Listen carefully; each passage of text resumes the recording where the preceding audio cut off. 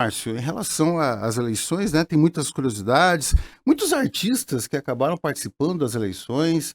Temos aí um pessoal também que, naquela primeira onda do Bolsonaro, lá em 2018, que teve muitos que surfaram na onda do Bolsonaro, fizeram milhares de votos, só que resolveram ter vida própria. Muitos, né, quiseram, vou ter vida própria. E não tiveram muito sucesso, não, Não deu né, muito pessoal? certo. Não deu muito certo. Mostra que na política existe duas questões nesse ciclo, né, nessas eleições em especial. A terceira via, aquela que não tem necessariamente um padrinho político forte, não está do lado nem do Lula e nem do Bolsonaro, tiveram resultados pífios muito complicados. Você coloca, por exemplo, desgovernador, né? Você tem a situação da Semineto, que estava para ganhar no primeiro turno, Uhum. né? Ele renegava qualquer apoio, seja o Bolsonaro, e contra um candidato que tinha o apoio integral do Lula. Esse candidato começou com 15%, o ACM com mais de 65%, a ACM estava disputando levar no primeiro turno pau a pau com o Ratinho, né, de fazer quase 70%. E o ACM, vamos dizer, não declarando o apoio dele ao Bolsonaro, prejudicou o Jair Bolsonaro, porque ele fez uma votação ruim na Bahia, né? Apesar que é tradicional Quase ele fazer lá. 70-30, né? E até aproveitando nisso, né, a gente vê muitos, se você somar os votos, vamos dizer, de candidatos a deputado federal ligado ao Jair Bolsonaro ou ligado ao Lula, você não consegue muitas vezes ver os votos, a ligação deles, a união deles, quer dizer, quem votou no Gustavo vota Bolsonaro, quem votou no Marcílio vota Lula, um exemplo, enfim. E aí você não vê isso na prática acontecer, né? É interessante, né, o caso de Minas Gerais. Minas Gerais nós tivemos o Zema com mais de 60%, com campeões de votos a favor do Bolsonaro, como Nicolas, né, que foi um menino de 26 anos, o mais votado do Brasil, com mais de 1.400.000 votos. E você vê mesmo assim o Bolsonaro fazendo menos votos que o Lula em Minas Gerais. Quer dizer, será que as pessoas que votam nos candidatos de direita votam no presidente de esquerda ou vice-versa? Isso é uma dúvida que ficou, né? É uma dúvida que ficou muito forte, principalmente em Minas, e Bahia e outras cidades que realmente aqueles que ficaram numa terceira via quase se deram mal. Um pouquinho mais 2, 3 dias, o ACM ia perder para no primeiro turno. E nós tivemos o Eduardo Leite, que foi assim, acho que foi a mais apertada. Imagina o tamanho do Rio Grande do Sul. Uhum. Se não me engano, são mais de 10 milhões, 8 milhões acho que até mais de eleitores. E ele passou para o segundo turno na frente de um candidato do PT que por 2.500 votos, imagine.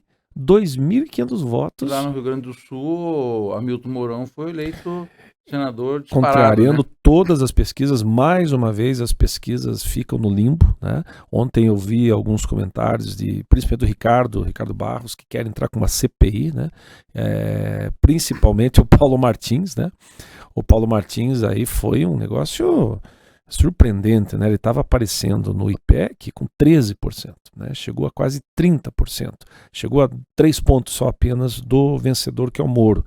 Então eles querem trabalhar com a CPI. Já vi isso acontecer em outros anos, né? Eu vi isso acontecer em 2012, onde o Ibope em Ponta Grossa jogou a diferença entre o primeiro e o terceiro lugar em 24%. E no final deu nessa. 1%, né? Eu estava nessa. Por falar nisso, eu vou aproveitar, Márcio, o pessoal aqui, o Dilson Gordano, bom dia, Marcílio, meu amigo Gustavo, meu amigo Márcio Paulic. Já desde ontem alguns comentavam que o Márcio Paulic podia pedir música no Fantástico. E aí eu falei, mas o Márcio, lá no dia da apuração, mas o Márcio não foi candidato, como é que o Márcio vai pedir música no Fantástico? Nem candidato foi. E queria aproveitar e fazer uma consideração antes de você falar sobre isso e ler o comentário do ouvinte. Na realidade, a gente, no meu ponto de vista, a gente como leitor, a gente vai pedir música do Fantástico quando quem a gente elegeu não fez o que a gente tratou, entre aspas, na eleição. A pessoa fala para você, vou fazer isso, fazer aquilo e tal, você assim, e você vê na frente que ela não executa aquilo que você tratou. Então, o meu ponto de vista, você pede música fantástica por um mau resultado de alguém que você acreditou que daria um bom resultado. Bom, e daí o Juliano Soares do Prado diz, o Márcio Paulic vai ter que pedir música no Fantástico. Perdeu com o Ricardo, com o Plauto, com o Bolsonaro e ainda com o Keila. KKK ganhou com alguém, KKK, né? É engraçado o KKK, porque necessariamente as pessoas acham que na política você não pode ter palavra, né? Eu ponho muitos candidatos que me apoiaram, né? Eu não olhei necessariamente esse que vai ganhar. Tem gente que não, eu vou apoiar esse cara porque esse cara vai ganhar. Eu não posso perder meu voto, perder meu voto, né? Eu tenho que ganhar e tal, para ficar bonito. Eu acho que o grande... a grande questão na política é você apoiar os seus amigos, né, ser amigo dos amigos, ter a palavra, né? Eu tive vários candidatos, inclusive quero dar os parabéns aos candidatos da região que eu trabalhei. O Batatinha é um candidato a estadual que levou o pleito, né, um apresentador lá de Cascavel. O Ricardo Barros também, o Paulo Litro, né? Então, um grande abraço a todos aí que realmente vão ter um grande sucesso em Brasília e em Curitiba, né? Os candidatos de Ponta Grossa, né? Eu fico muito triste em ver Ponta Grossa perdendo representatividade, claro, né? São apenas 2 candidatos, já tivemos 2 deputados, já tivemos 4 deputados em Ponta Grossa, seria muito importante, né? E desta vez apenas Mabel e Rangel, que vão duelar já pensando em eleições 2024. Isso também vai ser muito difícil, essa questão vai acabar polarizando entre os dois e a discussão vai ser já eleições, né? E o ideal é que eles pudessem já discutir propostas, projetos e investimentos para a nossa região. Para deputado federal, eu sempre acreditei que Ponta Grossa pode fazer 3 ou 4 e fez 3 deputados, né, pelo voto. 3 deputados. Mas infelizmente algo aí que nós temos que comentar, a gente vê o Beto Richa já comemorando desde ontem como vitorioso na única vaga do PSDB. Se ele está se colocando como vitorioso, alguma coisa tem aí, né? Deixa eu aproveitar, Márcio, e corrigir, porque ontem as pessoas me perguntavam sobre o fato do Joselito, se ele perder a ação que ele está movendo para colocar a candidatura dele como apta, né? E a gente falava que os votos não transferem do Joselito para o Beto, e realmente não transferem. Então o que a gente falou estava correto. O fato é o seguinte, que com as sobras, então como é que funciona uma eleição? Você faz uma conta do tamanho do colégio eleitoral, você divide por número de cadeiras, e você fala, cada um precisa de tantos mil votos, se eu não me engano, algo como 180 mil votos para se eleger. Bom, se o teu partido fez 180 mil votos, tem depois você vai tendo uma progressão, vai tendo 1, vai tendo 2, enfim, quantos for, você passa a ter uma progressão. Segundo, às vezes, é uma quantidade menor de votos, então essa conta eu não tenho ela correta. Mas o que aconteceu, por exemplo, na minha avaliação, essa possibilidade do Beto Richa, porque a informação, inclusive o ARPC pede desculpas, que errou também nesse sentido, que dizia que só teria um deputado federal do PSB, que seria o Joselito, que na eventualidade dele perder essa situação, perder a ação que ele move, o PSB não ficaria com deputado nenhum. Acontece que nessas sobras, principalmente do Deltan Dallagnol, onde ele fez uma votação espetacular, e o segundo candidato do partido dele, o Luiz Carlos Rauli, não fez o mínimo de 10% do coeficiente, não teria que fazer 18 mil e ele fez 10. Imagina só, né? Então, essas sobras, a sobra do Deltan, as sobras de partidos que você chegou até esse candidato, o que sobrou vai para um balão de novo e racha de novo entre os partidos. E nessa rachada, o Beto Richa se elegeu efetivamente se o Joselito não conseguir reverter a posição no tribunal. Bom, ele está questionando isso em Curitiba e ainda tem a possibilidade de questionar em Brasília. Chances de êxito. Bom, o próprio Joselito falou com a gente aqui no dia da eleição, na apuração, e um dos comentários dele foi o seguinte: se acha que o partido PSDB, a nível nacional, quer perder um candidato, quer perder um deputado, que seria ele, e isso aí, claro, para a gente até vem com uma certa estranheza, porque a parte do judiciário não pode ter influência nenhuma política. Agora, isso foi comentado aqui, inclusive, pelo Joselito. Agora, esse fator, com esse advento do Beto Richa, deixa de existir. Politicamente, o movimento que não deveria influenciar no judiciário, eu acho que teoricamente não se influencia, né?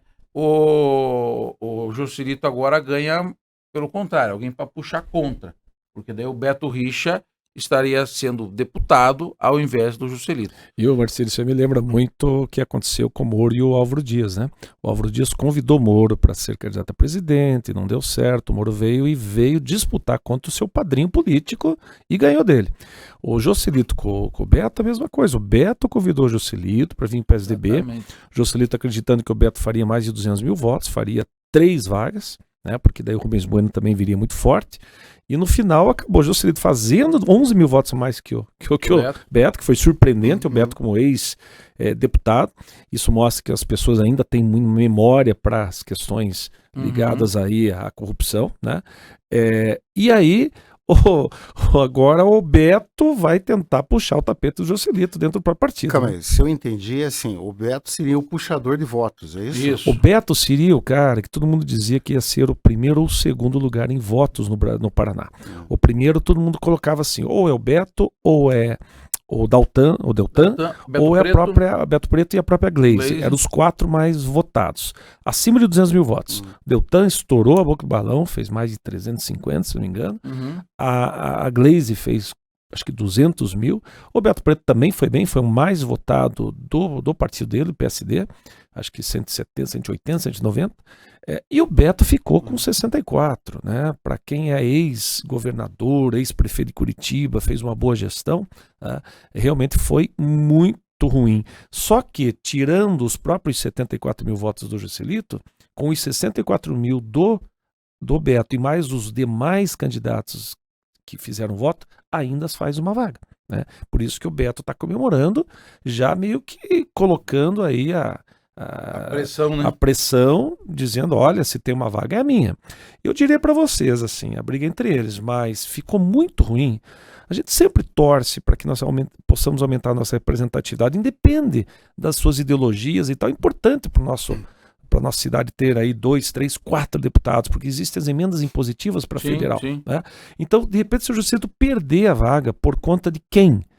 Por conta de alguém de fora da cidade, alguém que... Não, por conta de alguém que é da cidade. Isso que é ruim. É aquela velha história do pessoal se matar aqui dentro. Então, quem tirar, se caso o Juscelito perca, quem tirou o Juscelito foi o Sandro.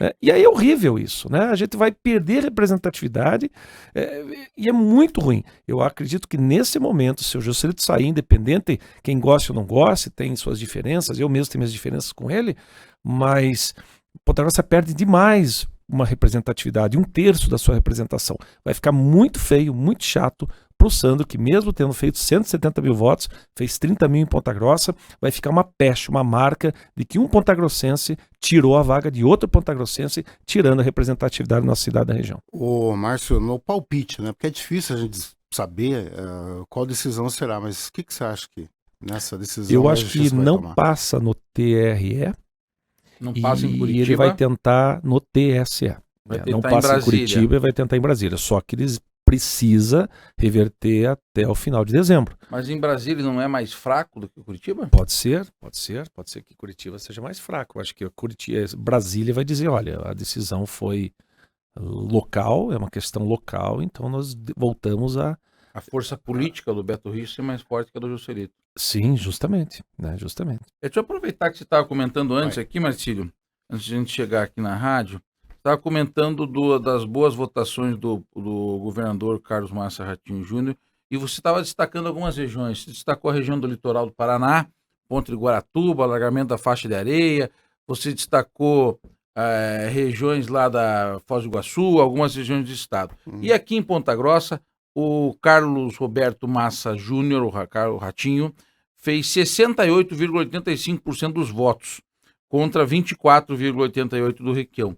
Você avalia que o Ratinho, como governador, trouxe boas obras, trouxe valores, volumes de obra para Ponta Grossa? O Ratinho ele trouxe algumas coisas por conta da gestão fiscal do Beto. Eu estava lá como deputado, existia o Mauro Ricardo, que segurou muito as questões do caixa do governo, então o Ratinho ele conseguiu pegar um governo que estava, a princípio, com a sua situação fiscal estável. E aí você apresenta projetos, né? Ratinho tem, né, uma grande proximidade com os ministros, com o próprio presidente Bolsonaro, e isso fez com que o Paraná conseguisse algumas questões. Só que tem que saber exatamente dividir as coisas, né? Os viadutos, os projetos que nós aqui em Ponta Grossa recebemos bastante da Rodonorte, né? Como é o caso das trincheiras ali da Tetra Pak, a trincheira, esse é uma outra história. Esse é o projeto de leniência, né? Processo de leniência do dinheiro devolvido da roubalheira das pedageiras. Né? Não tem político que vai ali, corta faixa, diz que é dele, mas na verdade é uma carona, né? Isso é verdade. Né? Agora, outras questões, como por exemplo, ali em todo o litoral, largamento da faixa de areia, um projeto que já está em licitação da ponte, que aí até fazia uma outra questão, mas eu acredito que pode ser realizado, isso vai desenvolver muito o litoral, e a questão da infraestrutura das terceiras faixas e das duplicações de muitas rodovias aqui, vicinais do Paraná. Isso fez com que... Mas avalia que veio obras em volume suficiente para Ponta Grossa? Não, eu estou falando do Paraná. Para Ponta Grossa, apenas as questões dos viadutos que é de leniência. Vamos deixar claro. Né? Não tem uma grande obra na nossa região. Agora está se falando da duplicação da 151 ali, do aeroporto, né? De Ponta Grossa Palmeira. Sim, agora estão fazendo uma licitação lá. Mas, sinceramente, em termos de obras de infraestrutura da nossa região, por exemplo, não se falou mais do contorno norte. Né? Não se falou mais do contorno. O contorno que vai pagar é a nova empresa do pedágio. Né? Teve uma reunião aqui do Plano Estadual de Logística e Transporte, PELT 2035, né? Exatamente. O PELT falava do contorno e tal, muito interessante o PELT. Mas aí a gente vai vendo o que acontece, né? A gente paga a verba pública, a gente paga o imposto e tal, e você vai daí, o contorno vem pela conta do pedágio, nós vamos pagar pelo pedágio, o outro vem por não sei onde. Para mim chamou a atenção que o governador comentou que no estado do Paraná, eu vi alguma publicidade dele, que ele fez mais de 1.000 quilômetros de estradas rurais asfaltadas. E Ponta Grossa não teve 1 metro de estrada rural asfaltada. Por sinal, eu me lembro da última estrada asfaltada, as últimas, né? Uma do Otto Cunha, essa aqui que vai pro Pasto Pupo. E o Sandro fez ali um trechinho ali para Ildemira, saindo ali da Ernesto Vilela, tem um trecho ali, se não me engano, de 2 quilômetros, alguma coisa assim. Não me recordo que tenha vindo mais para cá. Eu diria que por intermédio de alguns deputados, como o caso ali a ciclovia até o Itaiacoca, que é uma coisa do Hussein, alguma coisinha do Lago do Ariz lá atrás, veio do governo do estado, mas assim, a gente não vê não só na infraestrutura, como principalmente na área da saúde, mas que eu digo da média complexidade e da baixa complexidade também. Você tem a saúde básica, que é do governo municipal, que são os postinhos de saúde. Você tem aí uma parceria do municipal com o federal, que são as UPAs, que é uma média complexidade, uma baixa complexidade. Mas o grande problema é que Ponta Grossa ainda pena pelo fato de ser a única cidade do seu porte que essa média complexidade, que é o pronto-socorro, é financiado pelo município e não pelo estado. E agora fecharam, né? Quer dizer, o grande trabalho do governo do estado seria ter aqui, voltar a termos um hospital municipal, mas bancado pelo governo do estado, que a média complexidade é do estado. Por falar nisso, né, isso era uma demanda tua, a questão da câncer, inclusive, da tua, do Plauto, né, e o Josney tá mandando pra gente aqui no WhatsApp, ovos de ganso é interessante, não seria da gansa, seria da gansa, mostra verdade. Aí, Gustavo. Aqui, enquanto você mostra aí, só pra gente encerrar, o que vocês estão falando aí, ou seja, tem muita coisa que o governador tem que olhar para nós aqui, né? Para nossa cidade, questão de saúde, para a região, aqui na região dos Campos Gerais. 7h54, o Márcio e Gustavo, tem muitas pessoas perguntando em relação, claro que é só na especulação, né? Mas as pessoas estão perguntando, o Sandro fica como deputado federal ou vai se aventurar a ser secretário? O que vocês acham que fica a situação? É aquela história, se ele travar o Joselito, nós vamos ter apenas 2 deputados. Um deles é o Aliel, que nós vamos ter que esperar aí o segundo turno. Né? Caso nós vimos um aumento muito grande da bancada de direita, né, hoje no Senado, no governo, né, no próprio Congresso, se caso der Jair Bolsonaro, nós vamos ter um candidato um deputado que participa da federação, que é pelos próximos 4 anos. Então, tudo que o PT votar contra, ele precisará estar junto, porque ele está na federação do PT. PT, PV e não sei se é PCdoB, eu sei que são 3. Então, mas ele tem a verba impositiva? Tem. Uma média de 20 milhões de reais por ano. Então, isso ajuda bastante. Talvez não tenha mais outras verbas, porque existe essa questão da oposição lá no governo federal e realmente o governo, eles acabam atendendo mais a sua base, né? E se o Sandro volta para secretário, nós vamos continuar apenas com uma representação. E pode acontecer do PSD subir 2 ou 3 para poder... Foi feito na gestão passada, né? Nós temos alguns importantes que não se elegeram, mas que são suplentes. E já deve estar ali na goela do Ratinho. Ratinho, coloca alguém do PSD na secretaria, porque nós queremos subir. Isso aconteceu já, né? Como para estadual também, isso pode acontecer. Sim. Nós temos um daqui, por exemplo, da região, que é de São Mateus do Bacio, que ficou suplente. Já está praticamente pensando que vai assumir, porque ali são 16 deputados estaduais, um deles com certeza sobe para secretário. Então ainda vai ter algumas mudanças aí na representatividade da região por conta do secretariado do Ratinho, né? Agora, importante seria nós termos deputados realmente que pudessem representar. O Sandro, por exemplo, como secretário, ele atendeu o Paraná. Mas nós elegemos, né, como pontagrossenses, deputados para representarem a cidade.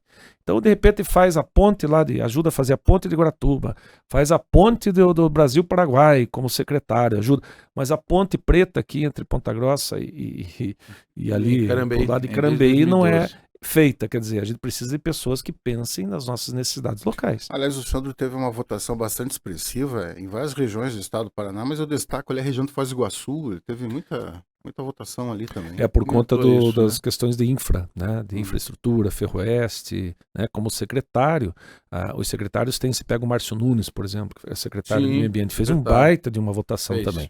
Os secretários, eles têm um acesso muito grande aos prefeitos. Então, quando o prefeito vai lá na sua secretaria, você diz, olha, eu vou conseguir algumas coisas, mas prefeito... Me ajude, prefeito. Veja bem, eu vou trazer as verbas para o senhor. Aí os secretários tendo essa vantagem, vamos dizer assim, pelo fato de ter a caneta na mão de secretarias importantes e acabam ligando, né? Isso não é nada ilegal, ligando aquela verba que ele está enviando com dinheiro público, pedindo votos para sua futura campanha. Isso acontece e não é só aqui, né? Os suplentes aqui, Rodrigo Lustig Venek, não sei quem é, esse é o primeiro suplente dos 55, né? O segundo, o Reinaldo Stefano Júnior, que é inclusive quem assumiu a cadeira do Sandro na vez passada. Aí 55-80, Luciano Alves dos Santos, terceiro. 55-20, Takayama. Aí 55-05, Maria de Fátima Claro Nunes, esposa do Márcio Nunes. Esses são os estaduais, né? Não, federais. Federais. Eles seriam para uma eventual colocação você no vai lugar ver do o PSD, você vai ver a União Brasil, que apoiou fortemente, o próprio Progressistas, né, a qual eu faço parte, com certeza o Ricardo tem alguns, né, que saíram ali, por exemplo, um que ficou pela boa ali, acho que o primeiro suplente, o Marco Brasil, né? Nesse caso também... Marco Aurélio Ribeiro, Marco Brasil, 50.538 votos. Eles estão ali pleiteando com certeza a subida de algum dos federais para o Ratinho, porque para o governo federal vai ser muito difícil, né? Um federal subir para ministro, né? É mais complicado. Então eles aguardam que venha, como aconteceu com o Nélio Prevô, né? O Nélio Prevô foi secretário do Ratinho por muito tempo para subir, se não me engano, o Stefanes, né?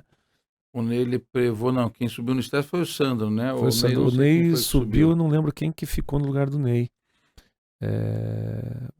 Então isso são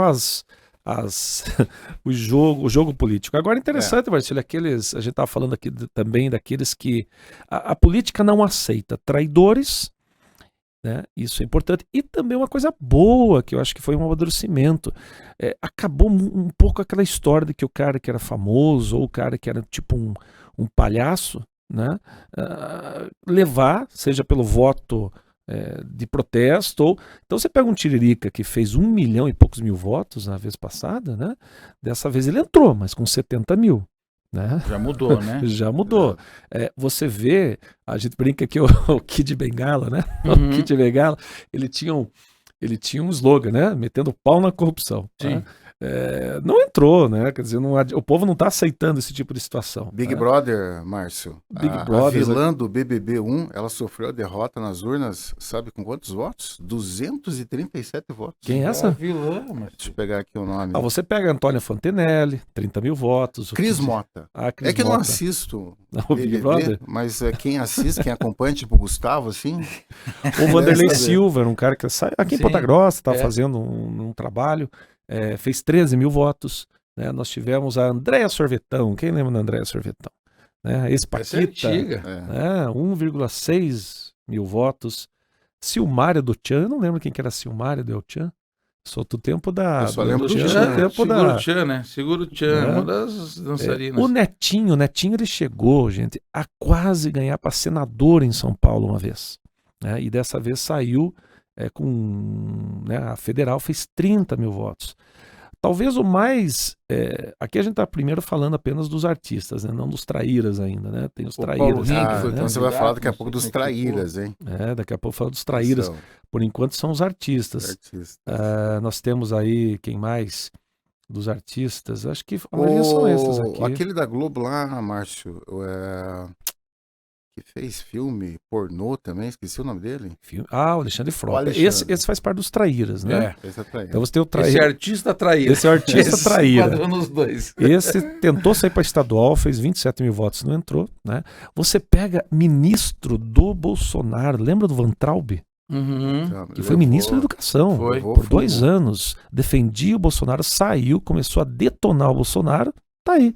Ele fez 3 mil votos. Nossa. 3 mil votos. Esse cara, ele queria um Bolsonaro mais da direita ainda. Ele era um cara... mais extremista ainda. Ele que foi o cidadão que lá naquela gravação que fizeram de uma reunião de ministros, ele meteu o pau lá no TSE, dizendo que o ministro tinha que cair, e defendendo, um direita extremamente radical. 3 mil votos, o irmão dele, 3 mil votos também. Né? Os traíras. E talvez a mais... O ícone. O ícone dos traíras. Comentado aqui na live. O Júlio Salles está colocando. Os ícones, porque a gente fala a Joyce Hasselman, né? que é Pontagrossense. 13 mil votos. 13 mil votos, mas pasmem, sabe quanto que ela gastou de foram 2 milhões e 700 de fundo eleitoral. Meu Deus. Ela era a estrela do PSDB, porque ela saiu do partido do PSL que estava o Bolsonaro, foi pro PSDB, puxar a sardinha do Dória, o Dória acabou não sendo candidato, ela ficou ali, né? Mas mesmo assim, por ser a estrela do PSDB, levou quase 3 milhões de fundo partidário, talvez tenha sido o maior custo. Vamos pegar 3 milhões aqui, por voto, né? Dividir por 13 mil, custou R$230 cada voto. Ô, Márcio, a Joyce, assim, a Joyce, eu me lembro que ela falava que lá quando ela, ainda no comecinho, antes do Bolsonaro ser eleito presidente da República, ela dizia que ela era o Bolsonaro de saias. Vocês lembram disso? Eu sou o Bolsonaro de saias. No começo, né? Enfim, daí arrumou briga com a família e tal. E, como eu falei no comecinho, que ela tentou, Márcio, ter uma vida própria, né? Eu vou ter vida própria. Mas ela foi eleita com mais de 1 milhão de votos aquela primeira vez, surfando na onda do Bolsonaro. Como aconteceu com a Soraya Tronic, que ela se chamava candidata do Bolsonaro, o nome dela, né? Então, independente se essas pessoas saíram para tentar buscar digamos, uma vida política autônoma, fica a impressão de que houve uma traição. Né? E as pessoas não realmente aceitam esse tipo de situação. Para um político, a traição, você apoiar alguém, aliás, ser apoiado por alguém, depois na hora de você apoiar essa pessoa, você cai fora, fica muito ruim. Cai no... Olha aqui, ó, falando nisso... Só para a gente encerrar a história da Joyce, eu acho o seguinte, que o bolsonarista é um eleitor muito, muito fiel. Assim, quando ele não quer, ele tira essa pessoa, ele acaba partindo para outra pessoa. Por que eu estou dizendo isso? Vocês não acham que os votos da Joyce foram para Carla Zambelli? Que ela fez quase 1 milhão Fez de quase 1 votos. milhão. A terceira mais 950 votada do Brasil, né? mil, mais Depois ou o Nicolas em primeiro, depois nós tivemos com 1 milhão de votos Boulos, né? Em terceiro o próprio Flávio Bolsonaro, ou Flávio não, o Eduardo Bolsonaro, e a Carla Zambelli também, né? Agora interessante, viu, Marcelo, também aqueles que não foram traíras, mas eram um pouco com uma visão um pouco mais radical, mesmo estando ao lado do Bolsonaro, uma visão mais radical, também não se elegeram.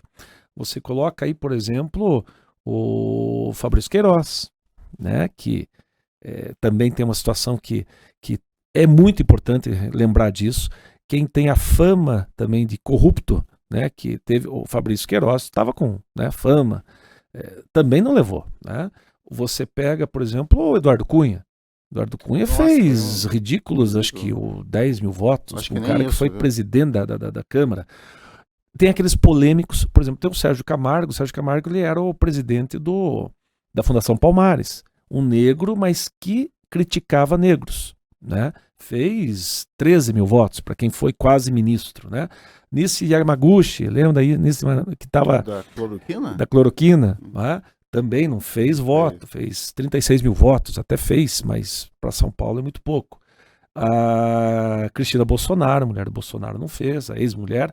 E o cara aqui que eu estava torcendo para não levar e não levou, fez 24 mil votos, que é lembra o Douglas Garcia, que é o cara que entrou lá no debate do Tarcísio e começou a bater boca com uma jornalista. A Vera Magalhães. A Vera Magalhães. Você é uma vergonha. Você é uma vergonha e tal. É aquele cara radical, né? Tá lá, fez 24 mil votos. Não foi reeleito. Não foi reeleito, né? Isso é importante também. Os radicais, aqueles caras que desrespeitam, né? Esses caras, a população também. Os grandes destaques foi o Deltan, né? O Deltan foi o 7º mais votado do Brasil, lembrando que o Colégio Eleitoral do Paraná é diferente do Colégio Eleitoral de São Paulo. Você vai lá na ponta de cima, né? Nicolas Ferreira, Minas Gerais, Guilherme Boulos em São Paulo, depois a Carla Zambelli em São Paulo, Eduardo Bolsonaro em São Paulo, Ricardo Salles em São Paulo, delegado Bruno Lina em São Paulo, e aí o 7º, o Deltan Dallagnol. O Juca aqui, Marcílio, está dizendo o seguinte, e aí, Márcio, assim, ó, Sandra e Leal, se dependesse de Ponta Grossa, tinham voltado para casa, ok, né, mas fizeram votações boas aqui também, né, então tem o pessoal deles. Mas se Joselito perder o mandato, daqui a 2 anos vira prefeito. É uma afirmação do Juca aqui através do WhatsApp. Eu acho que não pode, né? 8 anos de... Aí eu não sei se vale para já ou vale para depois, mas essa questão fica, né, para as pessoas como alguém que foi injustiçado, vamos dizer, né? E ele com certeza, se perder, ele vai fazer essa estratégia, aproveitar, né, isso, né? Vai aproveitar. E o lado emocional das pessoas, vou dar um exemplo, que é um exemplo que não tem nada a ver com isso que nós estamos falando, local, mas olha o que aconteceu. Primeiro, o quanto é importante indicações e o lado emocional, o quanto pesa para as pessoas. Vou falar de indicação. Lembra o que o Bolsonaro foi questionado pela Soraya no último debate da Globo, que ele não estava apoiando um candidato do Mato Grosso do Sul, que era o Capitão Condá. Na hora que ele usou o minuto lá que ele teve de resposta, ele falou, olha, eu quero dizer que eu vou apoiar ele é meu candidato. Na hora eu entrei, o cara estava em 4º lugar com 12%. Passou para o segundo turno com 27%. A força, isso em 3 dias. E o lado emocional como pesa. A neta do Miguel Arraes está disputando lá em Pernambuco, né, para candidata a governadora, e estava com 40%. E em 4º lugar, tem uma ex-delegada, esqueci o nome dela agora, que estava em 4º lugar. O que aconteceu no dia da eleição? Infelizmente, o marido faleceu. Bem no dia. O marido faleceu, né? Ela quase virou em cima da Arraes e foi para o segundo turno ali junto, né? Com 2 pontos, foi para uma com 27 e outra com 26, né? Inclusive quem está assumindo agora, lá por pelo menos uma semana, é a vice desta candidata. Então o lado emocional também pesa muito. Então, por isso que os institutos de pesquisa, como o Ricardo Barros, que está entrando agora contra o próprio Paulo Martins, que está indignado, eles dizem assim, se aparecer no resultado o resultado acima da margem de erro, o Instituto de Pesquisa é proibido divulgar no segundo turno. Ele está fora. né? Então os institutos estão fora de tudo que é a campanha agora. Mas Deveriam vocês tá não. Ontem eu perguntei pro Gustavo aqui, Márcio, gostaria da tua opinião. Mas a pesquisa não seria. Assim, eu não estou defendendo, só estou fazendo uma observação aqui, né? Antes que a gente comece. Seria um retrato do momento, é isso?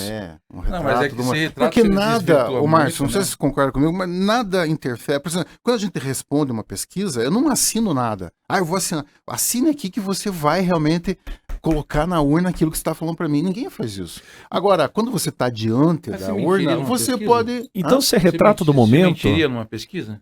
Você? Não, eu Se a não. pessoa tá Não, mas não é perguntando, você fala o que mentir. pensa. O que pode, por exemplo, nada Se mudar proíbe de que o ideia. eleitor mude de ideia. Não, na Não. prática, o ideal seria que as pesquisas, e aí acho que as pessoas têm que observar no segundo turno agora, observem as pesquisas não a que a pessoa leva o disquinho e que é induzida, né? Mas sim a espontânea. Se você puder, seus institutos, então é o seguinte, faltando uma semana para as eleições, eles só podem divulgar as espontâneas, vamos dizer assim. Espontânea é aquela que você não fala o nome do candidato. Aquela que você não fala o nome do candidato, porque daí vai aparecer os indecisos. Então, por exemplo, É, o espontânea pesquisador. para senador. O que queria aparecer espontânea na véspera? Ia aparecer que 45%, reparem nas espontâneas de véspera de senador, estavam indecisos. Uhum. Então, e aparecia mesmo lá. O Álvaro em primeiro, o Moro e depois o Martins lá, bem lá abaixo. Mas tinha 40 e pouco indeciso. Na hora, pessoas decidiram por um nome que, eu vou votar no cara que o Bolsonaro e o Ratinho pediram voto e tal. E ali na última hora, às vezes na fila. Então vamos colocar, né, vamos. Os institutos deveriam colocar apenas o espontâneo. Nós temos que observar os espontâneos, né? E não os... Mas Porque ninguém vai com um disquinho assim, com o nome de todo mundo na fila E esses então, 45... o Paulinho não pede a cabeça dos diretores do IPEC, Datafolha. Olha, quando eu tem que vejo aquela mexer Márcia Cavalli do IPEC, antigo Ibope, falando ontem, inclusive está no meu Instagram ela falando assim, da boquinha dela, eu coloquei um monte de dinheirinho saindo, porque o que acontece? A mesma Márcia Cavalli fez o Ibope aqui em 2012 em Ponta Grossa, e deu essa diferença de 20 pontos, no final deu 3, e o que se descobre? Que esses institutos, eles terceirizam. Então, por exemplo, não veio o Ibope em Ponta Grossa. O Ibope terceirizou para uma empresa. Isso está na CPI. Isso é importante, hein? Não terceirizou para uma empresa chamada Fênix aqui em Ponta Grossa e fomos descobrir que o presidente da Fênix era o presidente do PT de uma cidade aqui. Por isso que jogaram o Péricles a 46, Marcelo a 34 e o a 22. No final deu 34, 32, 31. Eles vão só com o nome, com a grife, Ibope. Eles vêm só com o nome Ibope, eles terceirizam. Porque eles não têm como, Marcílio, sair no Brasil inteiro por conta. Eles muitas vezes terceirizam. Pelo menos em Ponta Grossa foi terceirizado por uma empresa chamada Fênix. Então tem que tomar muito cuidado com a situação, porque, mas quem que é o dono dessa terceirizada? Né? E o que não me convence é que é o seguinte... Se há 10 anos atrás eles fizeram esse trabalho e foi descoberto isso... Porque continua. O PT pagou pro Ibope. Eu falo aqui por minha conta. O PT pagou pro Ibope em 2022 para jogar o Péricles lá para cima. E escolheram um candidato, que foi o Marcelo, porque aquela história que estava acontecendo em São Paulo. Se um Rodrigo Garcia vai para um segundo turno, o cara ganha, porque ele é a novidade. Quando você é a novidade e vai para um segundo turno, você vem com muita força. Né? Isso eu não estou falando eu em 2012, mas qualquer outro candidato. O Gustavo Fruta aconteceu isso em Curitiba. Ele estava em terceiro para prefeito, foi para segundo assim, e pum, estourou, porque era novidade na época contra 2 candidatos que já eram ali de muito tempo e tal. Para a gente encerrar essa história das pesquisas, então vocês acreditam que nós temos ainda o eleitor que vota conforme a 10%. O eleitor vota no voto útil. Quanto que é 10%? É 10%, né? 1 a cada 10. 10% muda uma eleição. 10% então aquela história aí que acabou acontecendo, infelizmente, que houve atraso, Márcio, da votação, e eu estava até comentando com o Gustavo ontem, pessoas na fila, no celular, ou ouvindo a Lagoa Dourada aqui, ela já sabe, com os números abertos, ela tá para votar, já está sabendo. O cara que chegou às 5 horas lá, né?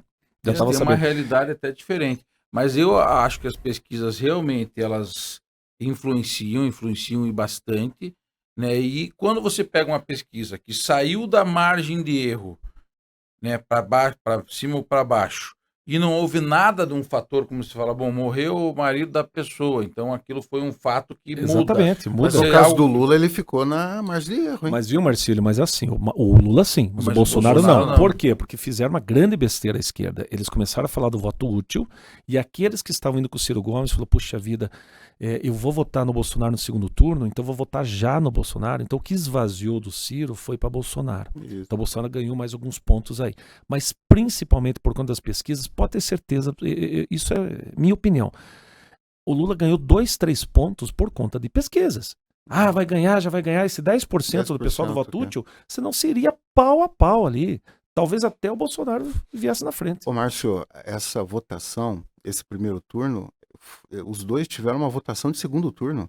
O Lula, ele teve, eu acho que a segunda maior votação da história política dele. Vocês entenderam? do presidente. Sim, eles fizeram votação, foi uma votação de segundo turno. Já foi o primeiro. O Bolsonaro fez 2,5 milhões a mais de votos em Isso. quantidade do que 2018.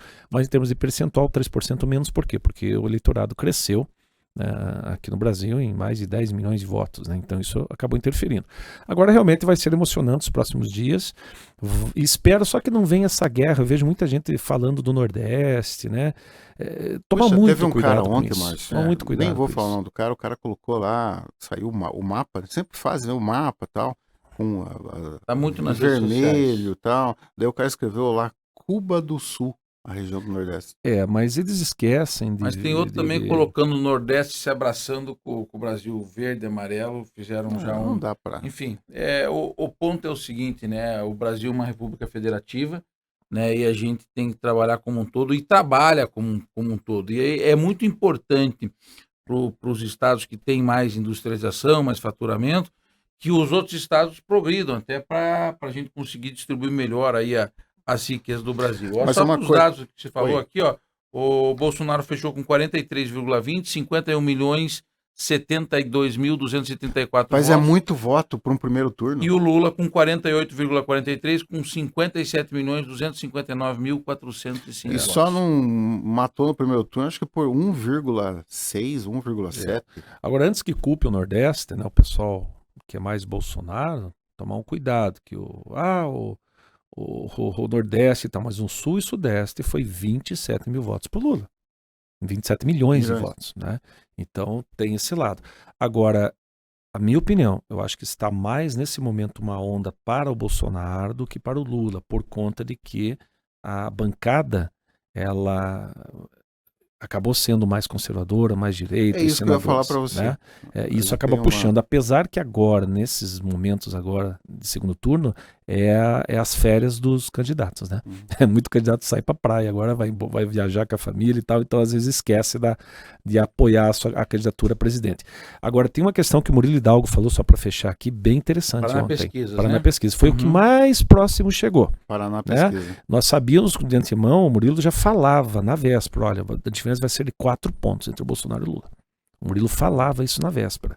E ele comentou agora, falou o seguinte: os institutos de pesquisa têm que atentar para os estados que já ganharam o primeiro turno. Por exemplo, pro Bolsonaro é ruim que eu digo pro Bolsonaro, para a campanha dele, o Paraná ter decidido no primeiro turno. Sim. Porque esfria aqui.